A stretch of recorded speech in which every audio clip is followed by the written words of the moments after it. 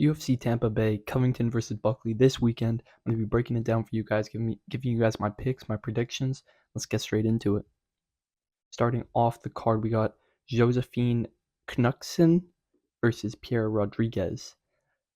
Pretty boring fight to start off the card. I'll be completely honest. We got Undefeated Girl versus Pierre Rodriguez. In my opinion, Pierre Rodriguez is absolute dog shit. I'm gonna be honest. Last fight out, she had a DQ. And Josephine's on a 2-fight win streak. She's undefeated. She's pretty dominant with her decisions.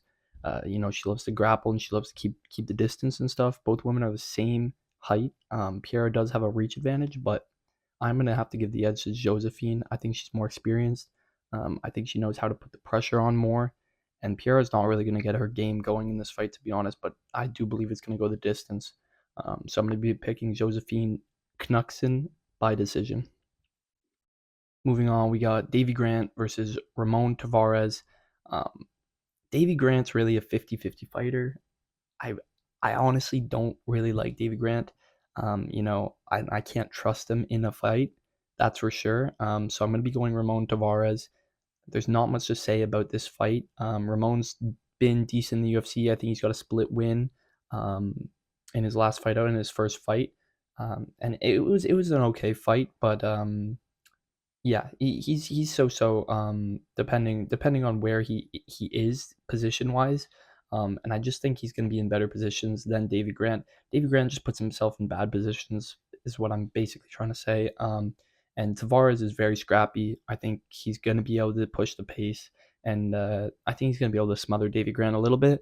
I do think this one will as well go to a decision, and I think the decision is going to go to Ramon Tavares, probably by unanimous decision. Ramon Tavares, 29-28, but that's basically it for this one. Pretty boring 2 fights to start off the card. A lot of these fights on the card are like definitely so, especially compared to last weekend. But it is the last fight night of the year, so we got to be a little bit excited. I'm excited for the main fight. Colby versus Joaquin is going to be a good fight. That's going to be a good fight. But moving on, we got Miranda Maverick versus Jamie Lynn Horth. Jamie Lynn Horth didn't fight too long ago. She fought at UFC Edmonton, where I think she won the split decision. And she definitely got handed that a little bit by the judges. It was a bit of a robbery, just a little bit. But nonetheless, she won that. All you can really say about Jamie is she's big. She's a big fighter. She's a big fighter for flyweight, and she's able to put that on people. And some women that can't, they don't know how to deal with a bigger fighter. They lose the fight due to that. But Miranda Maverick's very experienced. She is the shorter fighter by a lot. Like I'm saying, Jamie Lynn Horth, very big fighter for this weight class. She's 7-1. Miranda Maverick, she's very experienced. She's a great striker, very dynamic striker. But will she be able to deal with Jamie Lynn Horth's size? She's definitely never fought anybody this big for the weight class, so it's going to be interesting to see. But I'm going to go with Miranda Maverick. She's way more experienced. She's a very dynamic striker. I think she's going to be able to keep Jamie Lynn Horth at bay. But we'll really see with this one. This one's kind of a 50-50. The odds are very favored towards Miranda Maverick, which I understand because she is the better fighter in my opinion, but you never know when somebody's fighting a bigger fighter how they're going to deal with it. So this one's a little bit iffy, but we're going to go Miranda Maverick by decision. Moving on, we got Miles Johns versus Felipe Lima. This is a good fight. Miles Johns was supposed to fight Cody Garbrandt not too long ago, but that fight was canceled. Cody had to pull out, I believe. So Miles Johns wanted to fight somebody else, and here he's got a pretty good prospect in featherweight, Felipe Lima, who is undefeated in the UFC. He has one loss, but very good on the ground, great submissions, amazing BJJ. And Miles Johns got a pretty good test on his hands here. He's a great striker, got a few knockouts, but he is more of a decision kind of guy, and he knows how to keep the pace going. Keep the pace going, and he knows how to play into both sides, stay inside the pocket, but not keep himself in too much danger. But the problem is Felipe Lima is great on the ground, and Miles Johns is not really. So it's going to be really interesting to see if Felipe can get him to the ground. I think the fight will be over, and I think he will be able to. Felipe Lima is a pretty good prospect in featherweight. So we'll see what happens here. But he is shorter than Miles Johns. Doesn't really change too much in this matchup. If Felipe Lima gets him to the ground, I think the fight will be over, and that's what I think. I think it will happen. I think Felipe Lima, will get Miles Johns to the ground and find that submission. So we're gonna go Felipe Lima by submission, round one or round two. I think most likely round two. Miles Johns is pretty scrappy. But yeah, we're gonna move on to Sean Woodson versus Fernando Padilla. This is pretty easy. This is a pretty easy pick, man. Sean Woodson on the come up in featherweight, very tall featherweight, man, 6'2", and he's fighting another tall featherweight. So this is very interesting. Usually Sean Woodson doesn't have much competition in height in featherweight. I think he's the tallest featherweight in the division for sure. But Fernando Padilla is pretty close to that, and I think Sean Woodson's way better in the striking department. Fernando Padilla is not bad, but Sean Woodson's got nasty kicks. He's kind of like a Carlos Hernandez of featherweight a little bit, like a little bit. Um, but yeah, I think Sean Woodson, he's on the come up. He's got great wins. He's stacking up wins. I think if he beats Fernando Padilla, he's going to be looking at a matchup to maybe get close to the rankings. So we'll see what happens with this one, but I think Sean Woodson will get it done. I think he's going to find the finish on Fernando Padilla. Padilla looks like he's even skinnier than Woodson, especially when he fights. He's a very skinny guy for the weight class. Of course, he's 6'1", but Sean Woodson is able to kind of weight bully a little bit in this weight class at 6'2". So I think, he's got the reach advantage. He's got a bit of a height advantage, and I think his striking so much better. It's levels above Padilla. So we're going to go Sean Woodson by knockout in round two or so, something like that. But I think he's going to find the finish. Moving on, we got Joel Alvarez versus Drakkar Klose. This one is pretty simple in my eyes. Joel Alvarez is a prospect that they really want to push because they need another Spanish prospect. The UFC's got Ilia Topuria, of course, amazing champion, amazing featherweight champ. But they don't have many Spanish fighters. They've got Joel Alvarez, Ilia Topuria, and I think they have one more who fought not too long ago. But there's really not many Spanish prospects. Of course, they got Chris Barnett, but there's not many Spanish prospects. So if they did want to have a Spain card, they do got to build up these guys a bit. And Joel Alvarez, nonetheless, is a very good fighter. He's definitely a weight bully in lightweight. He's 6'3", 155 is crazy, and he's very, very well rounded. He keeps himself very composed. He just fought Elvis Brenner, knocked him out with knees up the middle, very dangerous. He's got really long legs, so he can throw those knees up the center and deal a lot of damage. And I just think Drakkar Klose is near the end of his career. He's not a bad fighter. Don't get me wrong. He did lose to Beneil Dariush by knockout, I believe, which hasn't aged too well, But I just think Joel Alvarez, younger guy, he's on the come up. He's got a lot of hype behind him. So it's Drakkar Klose could end the hype train, but it's very, very unlikely. I do think Joel Alvarez will find the finish in this fight. In the mid round of probably round two or so. I think Joel Alvarez will get the knockout on Drakkar Klose. Moving on to is this the last card of the prelims? Yeah, last card of the prelims. We got Michael Johnson versus Ottman Azaitar. I'm really confused with this one. Why Michael Johnson is such a big favorite over Ottman. I know Ottman. I watched some of his tape. He definitely has a lot of improvement to be made, especially in the striking. But he's definitely the younger guy than Michael Johnson, and he seems like he could be a bit of a prospect at lightweight. He is shorter than Michael Johnson. His reach is less, but Michael Johnson, he's kind of like, he's not a gatekeeper because he's not in the rankings, but he's kind of a guy that's always been at the same kind of level, and I think Ottman's going to beat him. I do think Ottman's going to beat him. I think it's going to be a really close decision. I think this fight will be a really close decision, split decision to Ottman, but I could definitely see this one being like controversial decision. We'll see how this one plays out. I don't have too much to say about these guys. Both of them are like, there's not really enough to see and watch on these guys. Michael Johnson's got a lot of fights, but he's such an unpredictable fighter, to be honest. And so is Ottman. So we'll see how this one plays out, but I'm going to be leaning to the side of Ottman. to get the decision. So we'll be moving on to the main card. We got Navajo Sterling versus Tuco Tokos. Um, I don't know if you guys saw Navajo Sterling's fight on Dana White Contender Series. Pretty good knockout. He's got a lot of power in his hands. I'll give him that. He's got a lot of power. He's very dangerous on the feet. Tuco Tokos. I don't know. Tuco Tokos, man. I feel like there's something about him. Like his last fight, he got beat pretty bad. I think he got knocked out by. Not sure exactly who he got knocked out by. To be honest, I don't really remember. Oh yeah, Umar Sai. He got submitted. My bad. Got submitted by Umar Sai.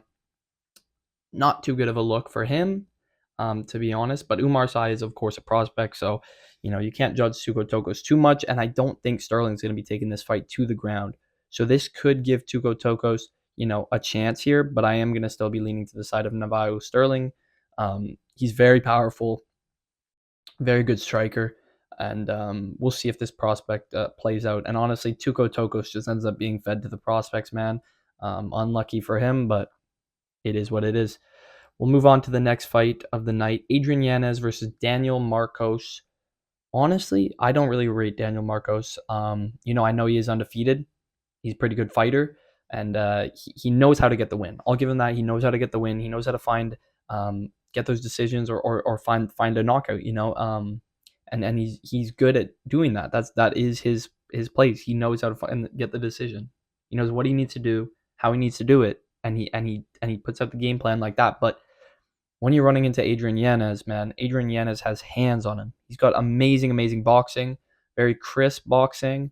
And it's going to be very interesting to see how this goes because Daniel Marcos has a very set game plan. He wants to get the decision. That's what he goes for. He's a decision kind of fighter. And he doesn't really go into slugfests like that too much. And if it does get to that, I think Adrian Yanez, he pulls that off. To be honest, I think he could find the knockout on Daniel Marcos. But if Yanez can't get his hands going, he's struggled in the past. He lost to Jonathan Martinez by leg kicks. It was pretty bad. And he got a pretty easy layup win in his last fight. He found the knockout, so it might put his motivation back up a little bit. It might get him back into that groove. But we'll see with this one. I'm gonna be leaning to the side of Adrian Yanez because I do think he can get his hands going and find the finish on Daniel Marcos.